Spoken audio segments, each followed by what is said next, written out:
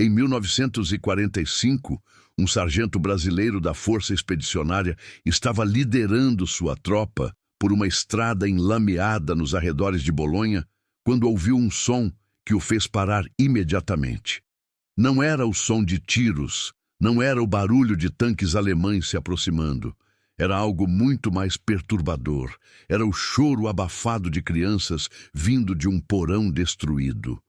Quando ele e seus homens desceram as escadas cambaleantes daquele edifício bombardeado, o que eles encontraram os deixou sem palavras. 17 crianças italianas, a mais velha com apenas 12 anos, a mais nova com talvez 3, amontoadas no escuro, tremendo de frio e fome. Seus pais haviam sido mortos semanas antes por um bombardeio aliado. Ninguém havia vindo buscá-las. Elas estavam sozinhas, esperando a morte chegar. O que aqueles soldados brasileiros fizeram naquele momento não estava em nenhum manual militar. Não fazia parte de nenhuma ordem oficial.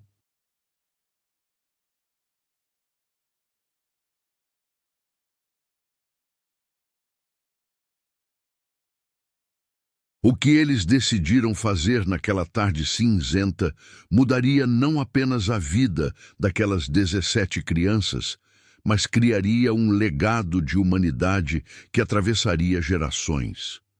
E quando você descobrir o que aconteceu nos meses seguintes, vai entender por que essa história precisa ser contada agora mais do que nunca.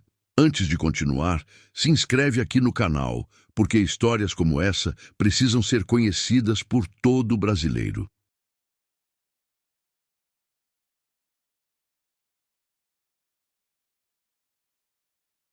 E me conta nos comentários.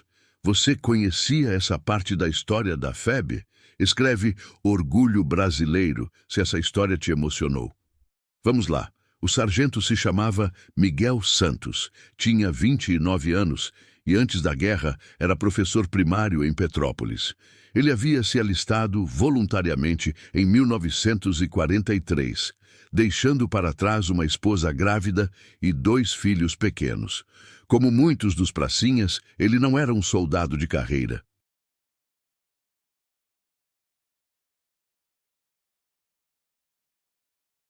Era apenas um homem comum que acreditava estar fazendo a coisa certa ao lutar contra o fascismo na Europa. Nos meses anteriores, Miguel havia visto horrores que nunca imaginou que existissem. Havia presenciado a morte de amigos próximos em Monte Castelo. Havia atirado em soldados alemães, que eram tão jovens quanto seus próprios alunos. Havia caminhado por vilas inteiras, transformadas em cemitérios a céu aberto. A guerra o havia endurecido de maneiras que ele ainda não compreendia totalmente.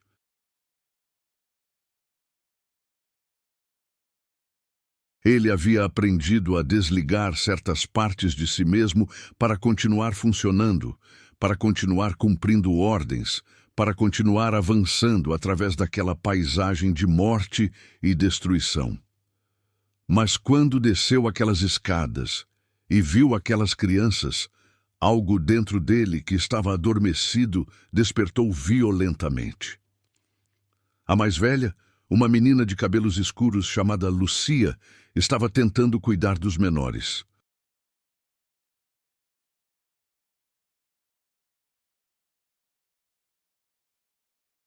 Ela havia dividido entre eles os últimos pedaços de pão mofado que conseguira encontrar dias antes.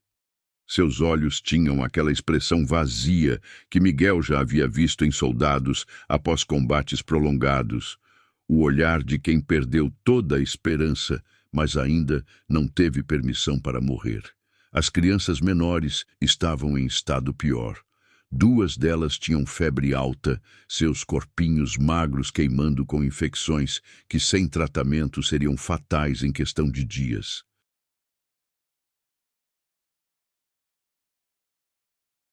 Um menino de talvez 5 anos tinha uma ferida aberta na perna que já mostrava sinais de gangrena. Outro estava tão desnutrido que mal conseguia manter os olhos abertos. Miguel olhou para seus homens. Eles eram 12 soldados cansados, sujos, traumatizados pela guerra. Nenhum deles falava italiano fluentemente. Eles tinham ordens claras para continuar avançando, para alcançar suas posições designadas antes do anoitecer. Parar para cuidar de civis não fazia parte da missão.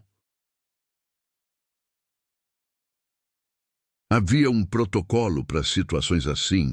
Você reportava para o comando, eles informavam a Cruz Vermelha e, eventualmente, alguém viria cuidar dos refugiados. Eventualmente. Mas Miguel sabia que eventualmente significava dias, talvez semanas. E aquelas crianças não tinham dias.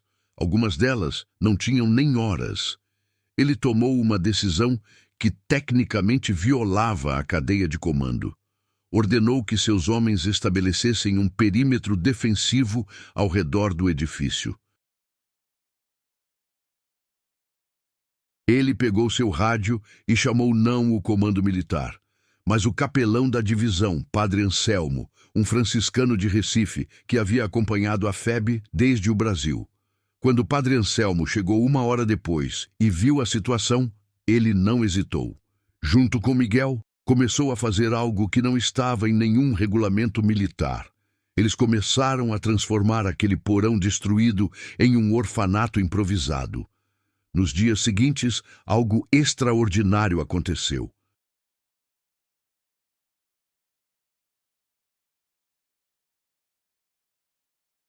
A notícia daquelas 17 crianças se espalhou pela divisão brasileira como fogo em palha seca, e a reação dos soldados foi imediata e avassaladora.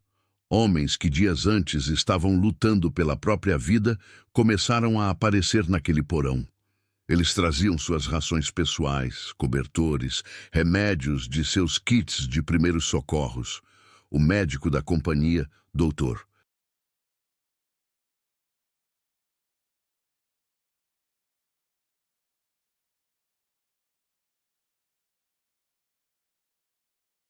Paulo Mendes, de Salvador, um cirurgião de apenas 26 anos, começou a passar todas as suas horas de folga tratando das crianças doentes. Ele operou a perna gangrenada do menino de 5 anos em condições que fariam qualquer hospital brasileiro parecer um palácio, usando instrumentos esterilizados sobre uma fogueira e anestesia limitada. Aquele menino sobreviveu. O que começou como uma operação de resgate emergencial rapidamente evoluiu para algo muito maior.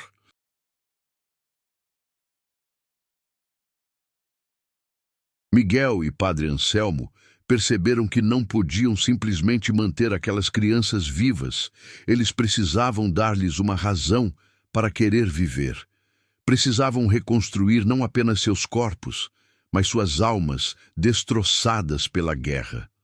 A primeira grande mudança veio quando um soldado chamado João da Silva, um carpinteiro de Curitiba de 32 anos, decidiu usar suas habilidades.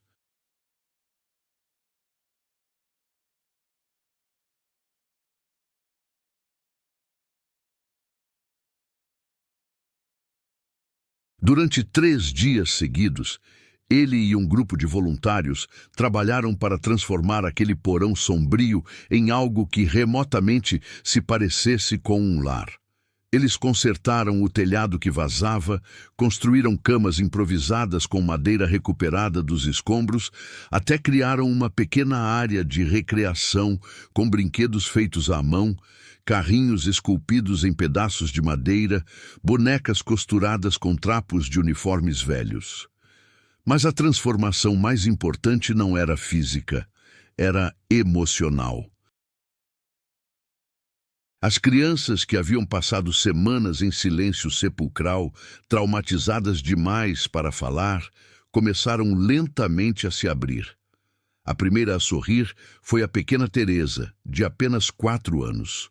Foi quando um soldado chamado Carlos, um palhaço natural de Porto Alegre, fez uma apresentação ridícula, equilibrando seu capacete na cabeça enquanto fingia marchar como um general pomposo.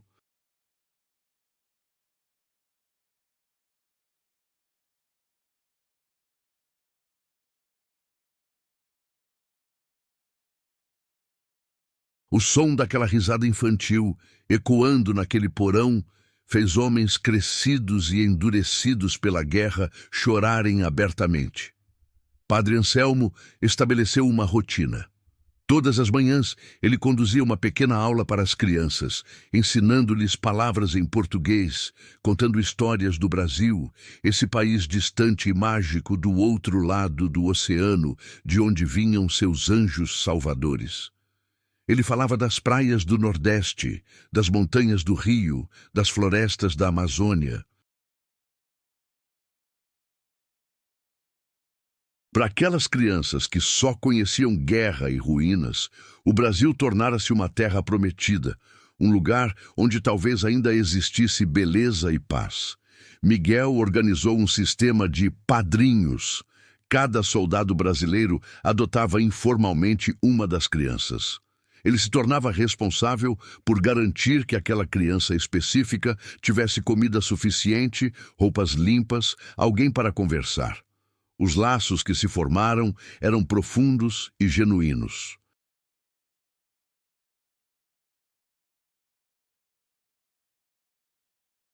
Soldados que haviam perdido a capacidade de sentir emoções fortes redescobriam o amor paternal.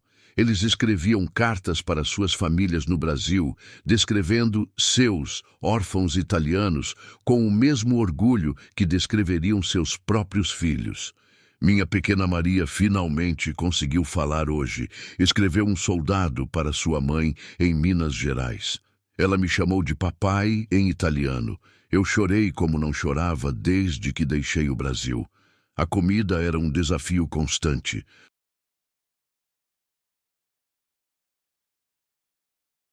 As rações militares não eram suficientes para alimentar 17 crianças famintas adequadamente.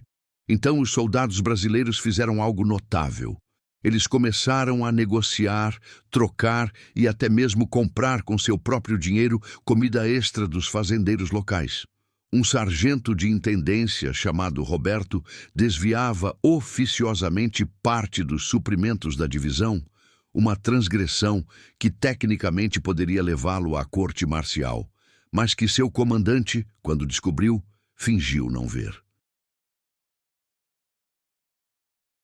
Dentro de 2 semanas, aquelas crianças que estavam às portas da morte estavam comendo refeições regulares de mingau, sopa, pão fresco e ocasionalmente até doces.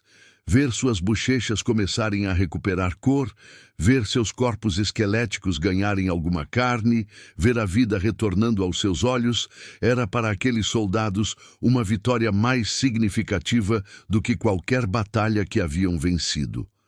Mas o desafio maior ainda estava por vir.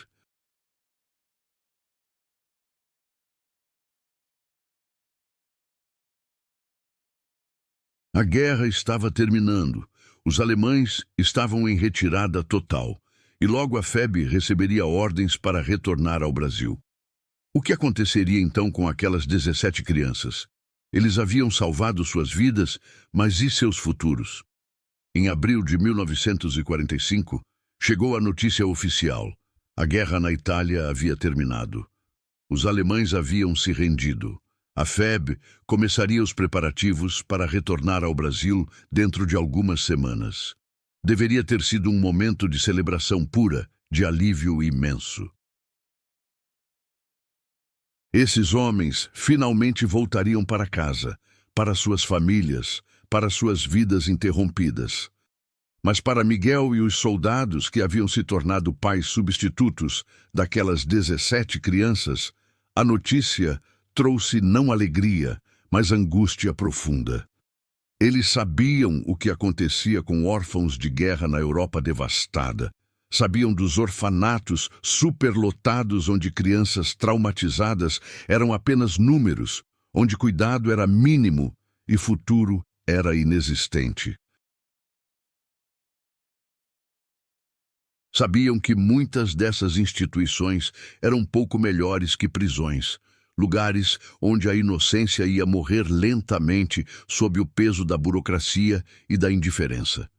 A ideia de abandonar aquelas crianças, de simplesmente entregá-las ao sistema e ir embora, Era insuportável para esses homens que haviam investido tanto de si mesmos em mantê-las vivas e felizes.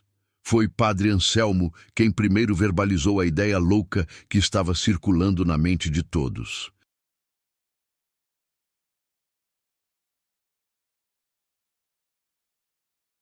E se levássemos elas para o Brasil? A sala ficou em silêncio. Levar 17 crianças italianas órfãs para o Brasil? Era logisticamente insano. Havia questões legais imensas, burocracias internacionais, leis de imigração, tratados. Nenhum desses soldados tinha autoridade para tomar uma decisão assim. E ainda assim, à medida que discutiam a ideia naquela noite, ela começou a parecer não apenas possível, mas necessária. Miguel começou a trabalhar nos canais oficiais.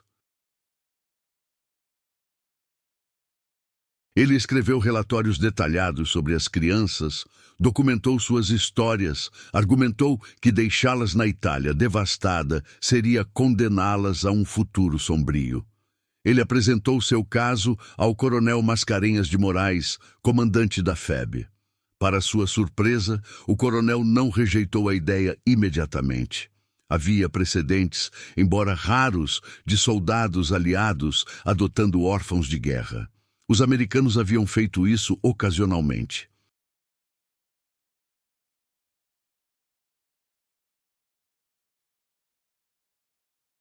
Por que os brasileiros não poderiam? O coronel prometeu levar a questão às autoridades superiores e aos governos brasileiro e italiano. Enquanto isso, os soldados começaram a preparar as crianças para a possibilidade. Eles intensificaram as aulas de português, ensinaram sobre a cultura brasileira, mostraram mapas e fotos. As crianças, especialmente as mais velhas, entendiam que algo grande estava sendo decidido sobre seus destinos.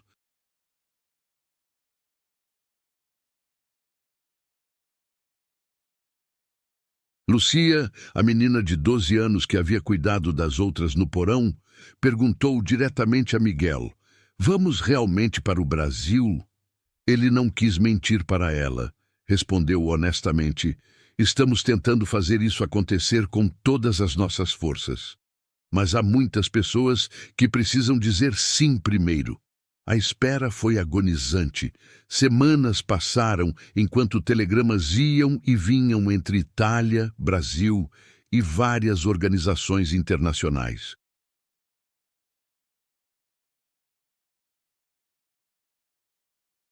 Houve momentos de esperança quando parecia que seria aprovado, e momentos de desespero quando algum burocrata levantava uma objeção nova.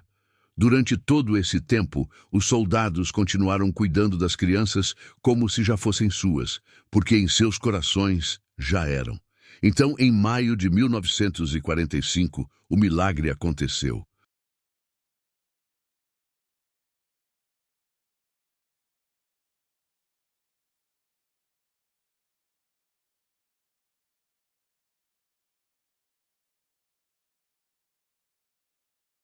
O governo brasileiro, impressionado pela dedicação dos soldados e movido pela opinião pública que havia se apaixonado pela história através das cartas que os pracinhas enviavam para casa, autorizou oficialmente a adoção coletiva. As 17 crianças receberiam vistos especiais e seriam transportadas para o Brasil junto com a FEB. Famílias brasileiras que haviam se oferecido para adotá-las seriam cuidadosamente selecionadas.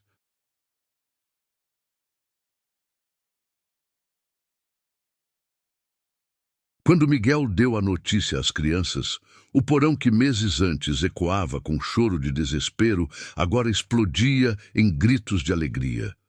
Aqueles pequenos órfãos da guerra que não tinham nada, que haviam perdido tudo, de repente tinham não apenas esperança, mas um futuro inteiro se abrindo diante deles, em um país que a maioria nem sabia que existia alguns meses atrás.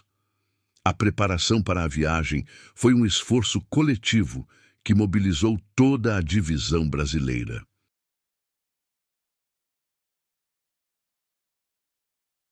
Cada criança precisava de documentação adequada, exames médicos completos, roupas decentes para a viagem.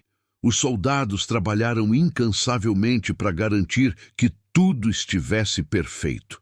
Costureiras voluntárias entre as mulheres italianas locais que haviam sido ajudadas pelos brasileiros fizeram roupas novas para cada criança. Não eram roupas de segunda mão ou uniformes adaptados, mas vestidos e ternos pequenos, costurados com cuidado e amor.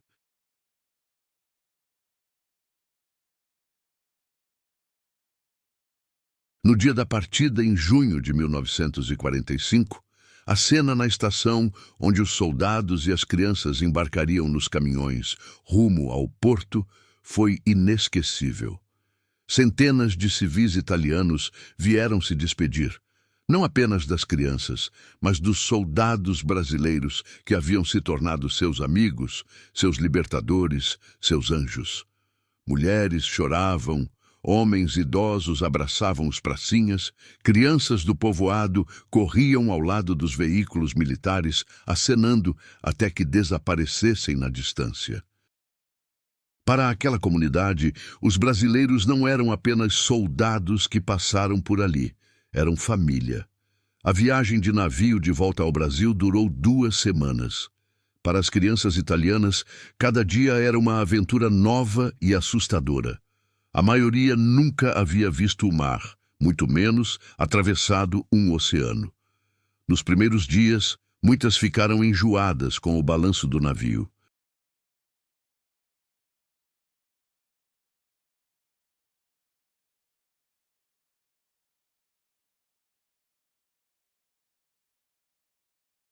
Mas os soldados estavam sempre ali, segurando suas mãos quando tinham medo, cantando canções brasileiras para distraí-las, apontando golfinhos que saltavam ao lado do navio e dizendo: "Olha, eles estão nos guiando para casa."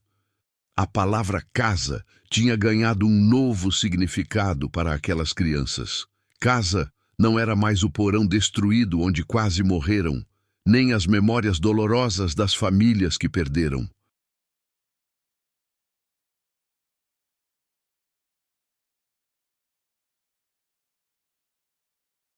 Casa estava à frente, em algum lugar do outro lado daquele oceano imenso, em um lugar chamado Brasil. Durante a viagem, Padre Anselmo continuou sua rotina de aulas diárias. Mas agora havia uma urgência nova. Essas crianças chegariam ao Brasil em questão de dias e precisavam estar minimamente preparadas. Ele as ensinou frases essenciais em português: "Bom dia, obrigado, tenho fome, estou com medo."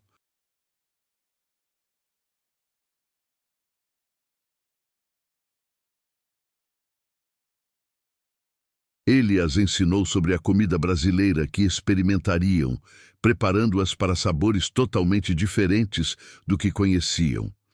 Ele as ensinou músicas brasileiras e, ao final da viagem, aquelas crianças italianas órfãs cantavam O Pato e Peixe Vivo com sotaque carregado, mas entusiasmo genuíno.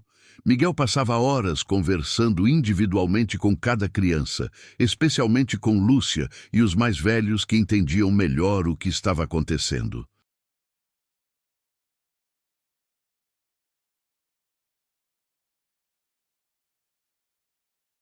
Ele explicava que no Brasil elas teriam novas famílias, mães e pais brasileiros que as amariam como suas. Alguns dos menores não entendiam completamente. Perguntavam se Miguel seria seu pai, se poderiam morar com ele. Ele tinha que explicar gentilmente que ele já tinha filhos esperando por ele, mas que visitaria sempre que possível, que nunca as esqueceria. Essas conversas partiam seu coração, mas ele sabia que era importante preparar as crianças para a realidade que as aguardava. Quando o navio finalmente avistou a costa brasileira, quando o Pão de Açúcar apareceu no horizonte, os soldados reuniram todas as 17 crianças no convés. Miguel apontou para a terra que se aproximava e disse solenemente: "Aquilo é o Brasil. Aquilo É o lugar onde vocês vão crescer, estudar, ter família, ser felizes. Vocês são brasileiros agora. Bem-vindos para casa. Várias crianças começaram a chorar, não de tristeza, mas de uma emoção que não sabiam nomear. Era alívio, gratidão, esperança, medo, tudo misturado. Era o sentimento de que, apesar de tudo que haviam perdido, apesar de todo o horror que viveram, talvez ainda houvesse lugar para elas neste mundo. E aquele lugar tinha um nome: Brasil. A chegada ao porto do Rio de Janeiro foi recebida com comoção nacional. A história das 17 crianças italianas resgatadas pelos pracinhas havia capturado a imaginação do povo brasileiro através das reportagens nos jornais.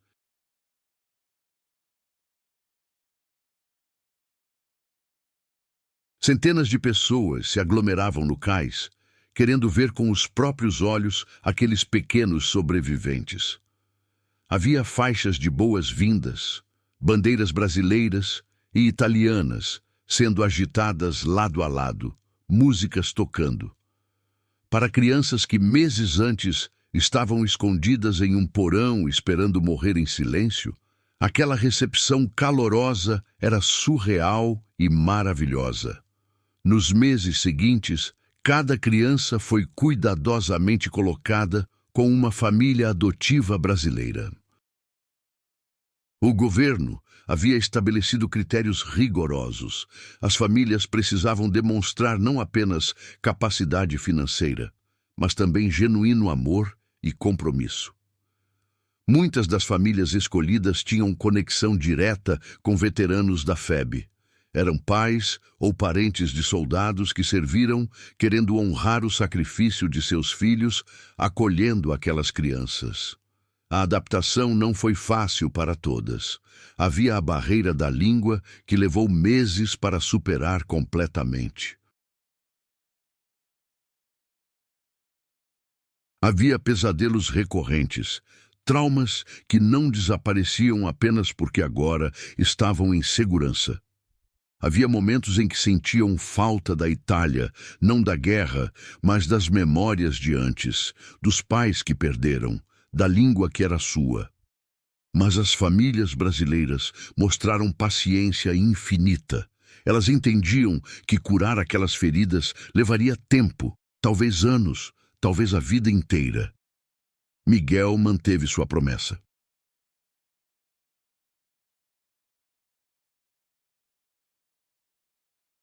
Embora ele voltasse para sua vida em Petrópolis, retomasse sua carreira de professor, ele nunca esqueceu aquelas crianças. Ele as visitava regularmente, especialmente Lucia e os mais velhos com quem havia formado laços mais fortes. Ele escrevia cartas, enviava presentes em aniversários, aparecia em formaturas escolares.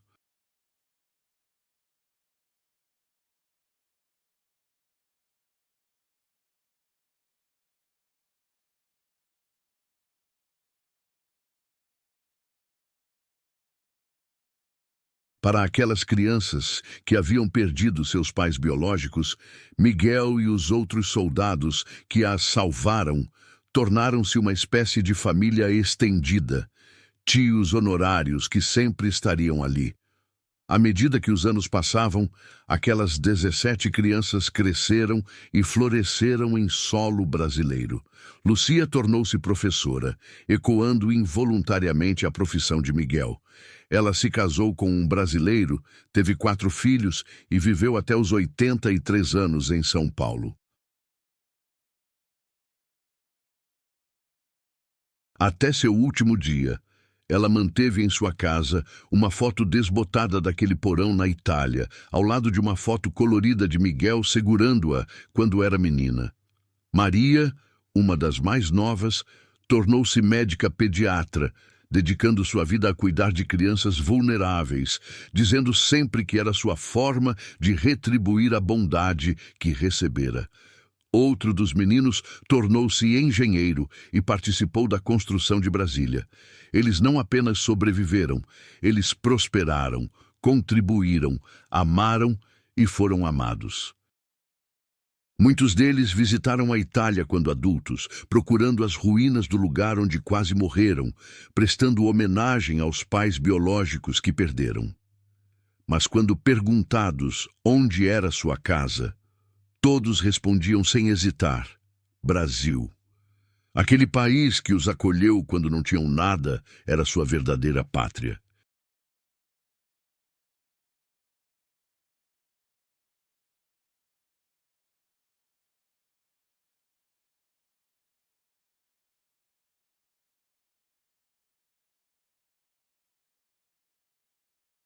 As 17 crianças tiveram coletivamente mais de 60 descendentes, netos e bisnetos, que hoje são brasileiros de nascimento, mas carregam em seu DNA uma história extraordinária de sobrevivência e compaixão.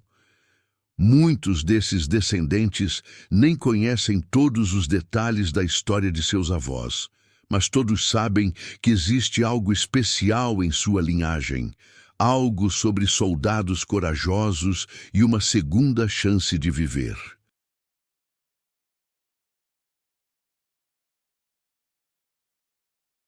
A história daqueles soldados brasileiros que violaram protocolos, desviaram recursos e arriscaram suas carreiras militares para salvar 17 crianças órfãs não é apenas uma história sobre a Segunda Guerra Mundial. É uma história sobre o que significa ser humano em meio à desumanidade.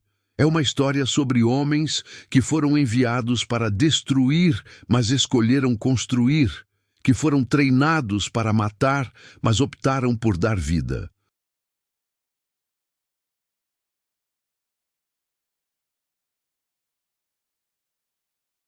Aquelas 17 crianças italianas órfãs que soldados brasileiros encontraram em um porão bombardeado em 1945 representam algo muito maior do que suas histórias individuais. Elas representam a prova viva de que, mesmo nas circunstâncias mais sombrias, a bondade humana pode prevalecer. Miguel Santos e seus companheiros não eram super-heróis. Eram homens comuns com medos, traumas e ordens para cumprir.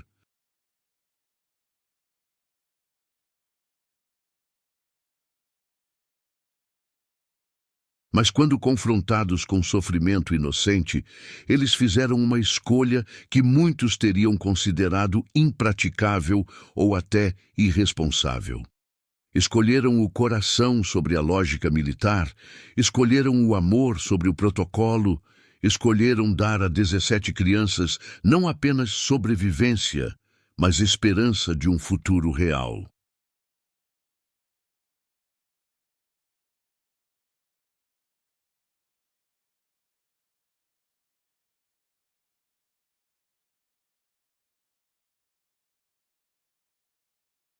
Essa história precisa ser contada e recontada, porque vivemos em tempos onde é fácil se tornar cínico, onde bombardeios diários de notícias ruins nos fazem esquecer que bondade extraordinária ainda é possível.